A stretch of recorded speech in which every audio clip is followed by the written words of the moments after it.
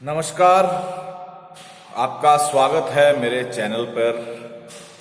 और आज का जो विषय है वो है पितृ संबंधित।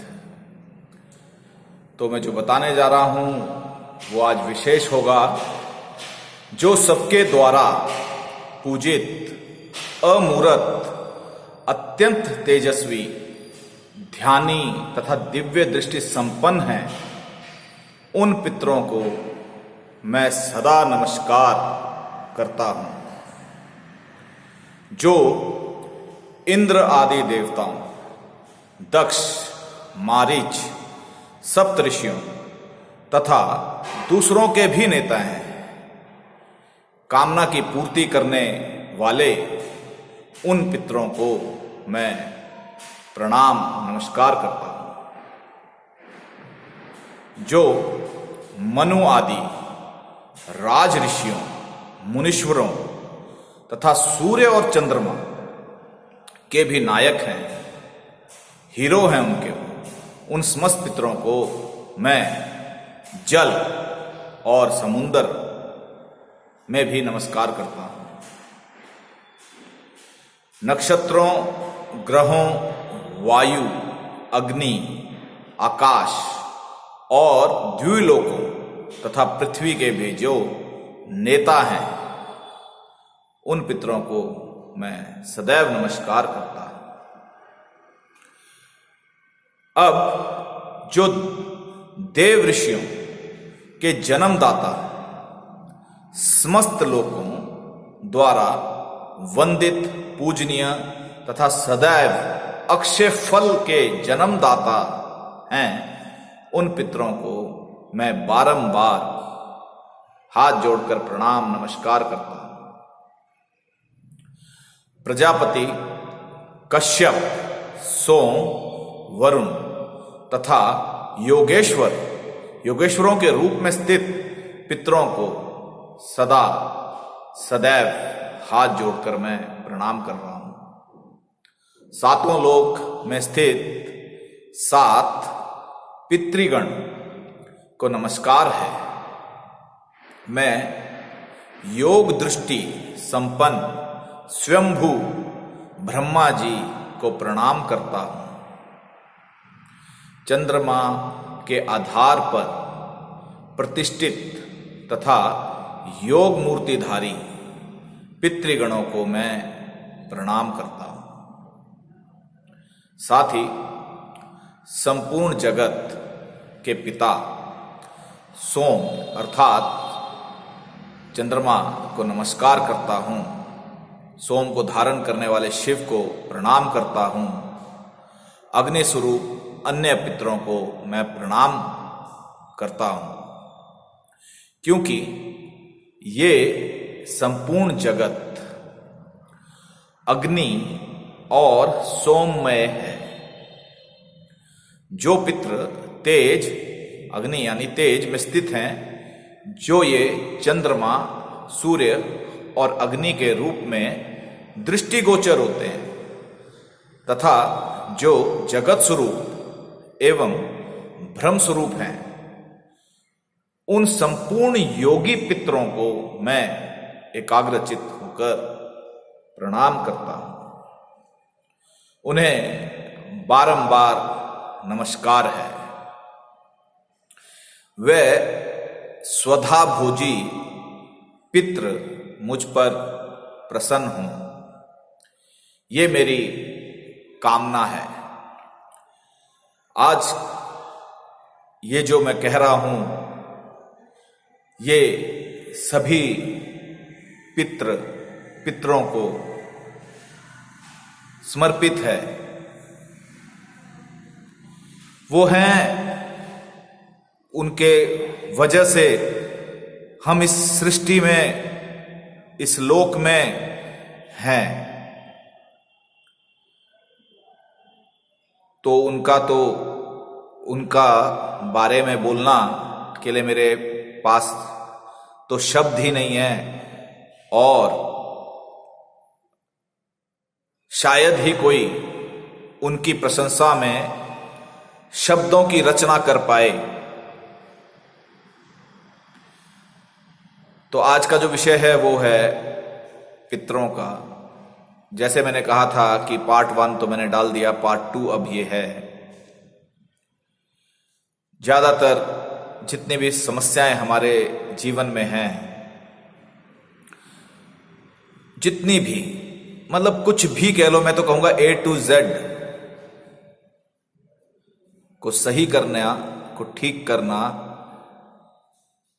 सब कुछ पितरों के हाथ में है। उनका आशीर्वाद मिल जाए, कुल देवता का आशीर्वाद मिल जाए, उनका आशीर्वाद मिल गया तो यह समझ लीजिए पितृदेव का आशीर्वाद मिल गया तो सबका आपको आशीर्वाद मिलेगा ही।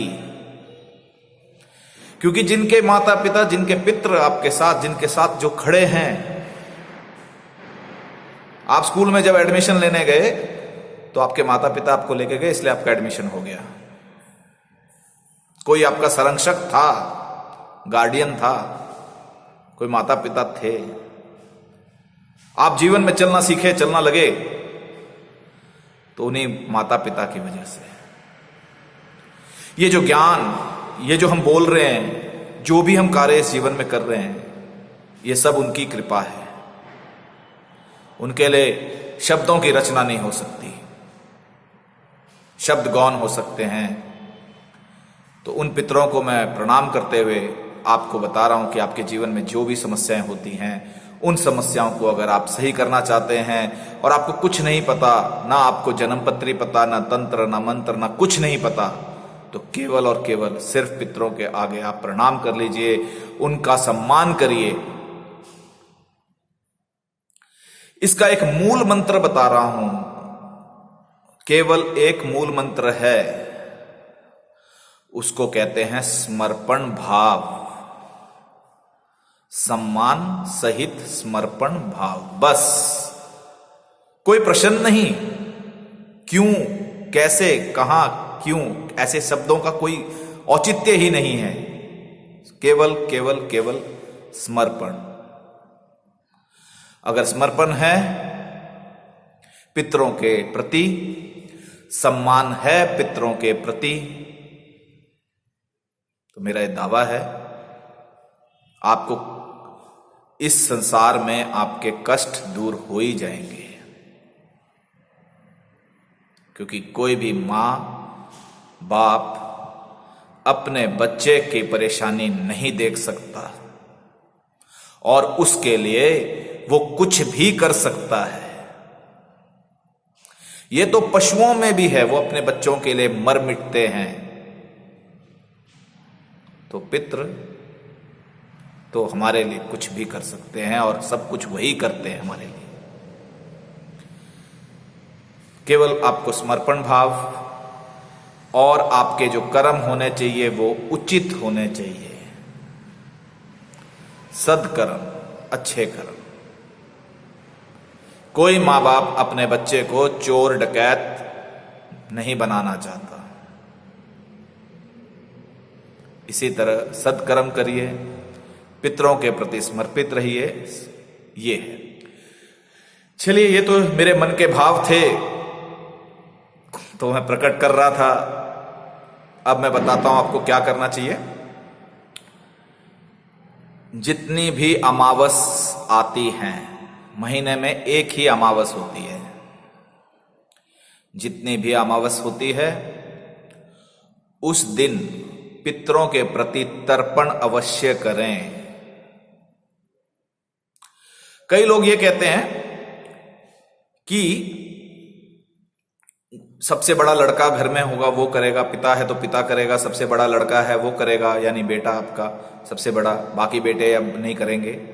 ऐसा नहीं, हर एक की कुंडली में, हर एक के अपने पूर्व जन्म में, इंडिविजुअल की बात कर रहा हूं, व्यक्तिगत बात कर रहा हूं, उनके पूर्व जन्म में उनके अपने कर्म होते हैं, तो उनके हिसाब से उनको पितृदोष होता है।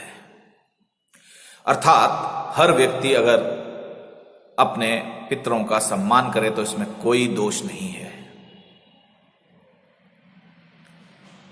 ग्रंथों में अगर देखेंगे तो हर पिता या चाहते हैं कि उसके बहुत सारे पुत्र हों। आप जानना चाहेंगे क्यों? जो मुझे समझ में आया वो ये है कि जितने पुत्र होंगे वो उनको श्राद्ध का अंश देंगे, वो उनके प्रति तर्पण करेंगे। और पता है एक चीज मैं आपको बता रहा हूं, हम जो भी करते हैं, जो भी कर्म करते हैं, वो पुनः वापस होके हमें वापस मिलता है। नदियों, समुंदर, जलाशयों से जो ऊष्मा की वजह से वाष्पीकरण होकर जल ऊपर उठता है, वो अमृत बन के हमारे पास वापस आता है।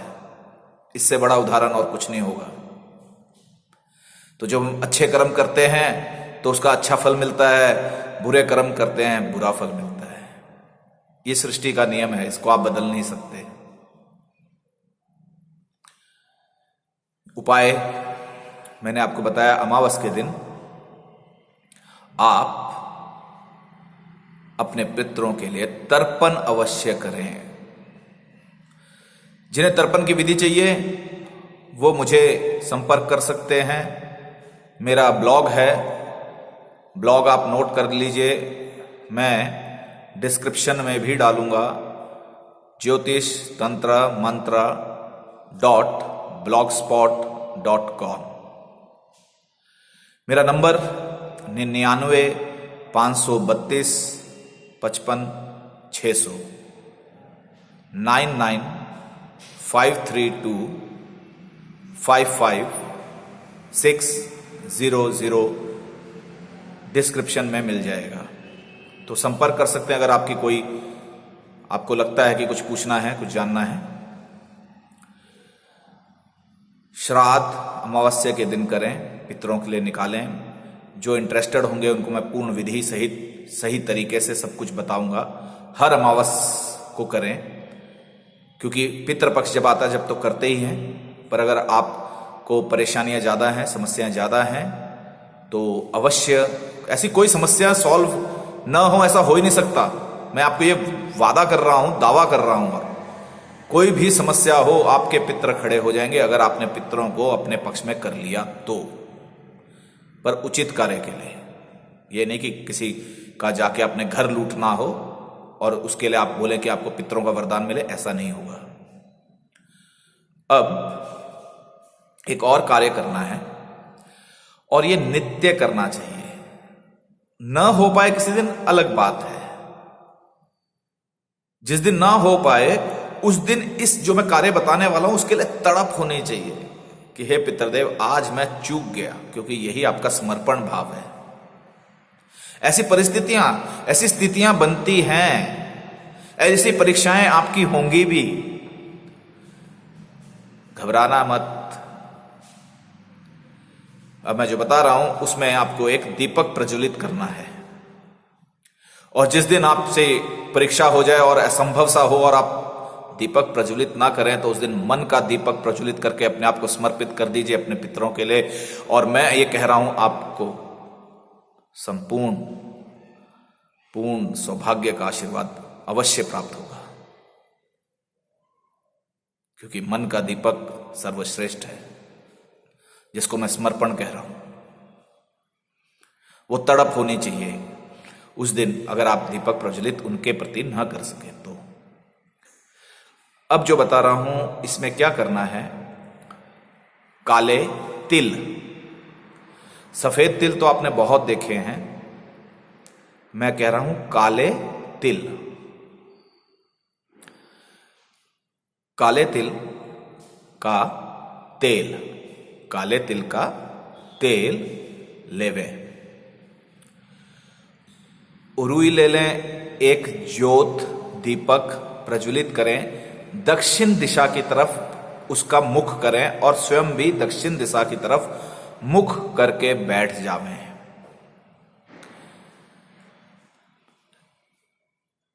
स्वधा स्तोत्र, जैसे मैंने पार्ट 1 में बताया, स्वधा स्तोत्र मैं डिस्क्रिप्शन में दूंगा, आप उसको भी आप वहां से ले सकते हैं मेरे ब्लॉग से। पितृ स्तोत्र और पुरुष सूक्त, ये 3 चीजें बता रहा हूं। विशेष जो है इसमें सबसे पहले, वैसे तो मैं किसी चीज को हटा ही नहीं सकता इनमें से, जो भी ज्ञानी जन हैं वो कहेंगे ऐसा तो हो ही नहीं सकता, इन तीनों में से कौन सा हटा दिया जाए। किंतु परंतु स्वधा स्तोत्र, पितृ स्तोत्र बहुत आवश्यक है, और पुरुष सुक्त जो है वो भी उतना ही महत्वपूर्ण है, उसके लिए मैं कुछ कह नहीं सकता। तीनों ही कर लें तो अच्छा है। इनका आप जरूर पाठ करें एक बार।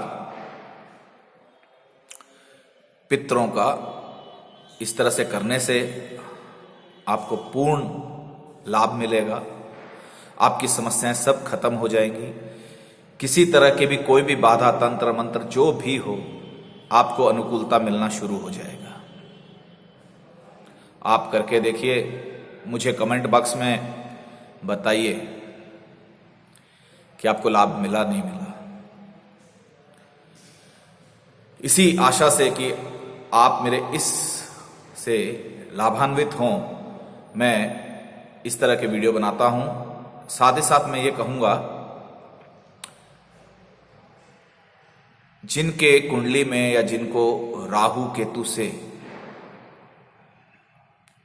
जिनको समस्या ज्यादा है, जिनको पितृदोष लगता है, काल सर्प योग बनता हो जिनके जीवन में, वो भी ये करें तो उन्हें बहुत अनुकूलता मिलने वाली है, बहुत ही लाभ मिलेगा। और ये जो सायंकाल आपको दीपक प्रज्वलित करना, जो मैंने कहा तिल के तेल का, काले तिल बहुत मुश्किल होता है थोड़ा इन्हें काले तिल का मिलना, मतलब तेल का मिलना। और मैं ये कहूँगा कि शुद्ध तेल ही इस्तेमाल करें, उसके लिए बेहतर है कि काले तिल खरीदें, काले तिल का स्वयं तेल निकलवावें, और इस पूजा में वही इस्तेमाल होता है। तो ये आप करें। जिनके मैंने कहा काल सर्प दोष है उनको बहुत लाभ होगा। और सायंकाल करना है। सायंकाल कब करना है? मान लीजिए आज सूर्य अस्त जो है, आपके जो भी जहां भी आप रहते हैं, आप दुनिया के, संसार के किसी भी कोने में हैं, अपने शहर का सूर्य अस्त देख लीजिए। सूर्य अस्त के समय, सूर्य अस्त से 5-10 मिनट पहले और उससे आधा घंटा बाद तक आप इस चीज को कर सकते हैं। ये उचित समय है। उस समय पे इसको, दीपक को प्रज्वलित करें, पाठ करें। ये समय राहु जो होता है बलवान होता है। दक्षिण दिशा की ओर जब आप मुख करके काले तिल का ये करेंगे तो राहु वैसे ही शांत हो जाएगा। आपको लाभ ही लाभ होने वाला है। पितृ भी प्रसन्न, राहु भी शांत। इसी के साथ मैं ये कहूंगा, कोरोना दिन प्रतिदिन, ओमिक्रॉन वायरस जो है ये फैलता जा रहा है, बहुत भयंकर स्वरूप ले चुका है। प्रतिदिन कई हजार लाख में अब संख्या बन गई है हमारे भारत में। आप सब जब भी बाहर निकलें अपने कमरों से तो मास्क लगा के निकलें, अपने चित परिचित सबका ध्यान रखें, अपने स्वास्थ्य का विशेष ध्यान रखें, कहीं भी इधर उधर हाथ ना लगावें, हाथ धोएं। कुछ जो भी प्रोटोकॉल्स हैं इसके, उनका पालन करें। अपने वृद्ध जनों का विशेष ध्यान रखें, बच्चों का विशेष ध्यान रखें। इसके साथ ही मुझे अनुमति दीजिएगा। धन्यवाद, नमस्कार।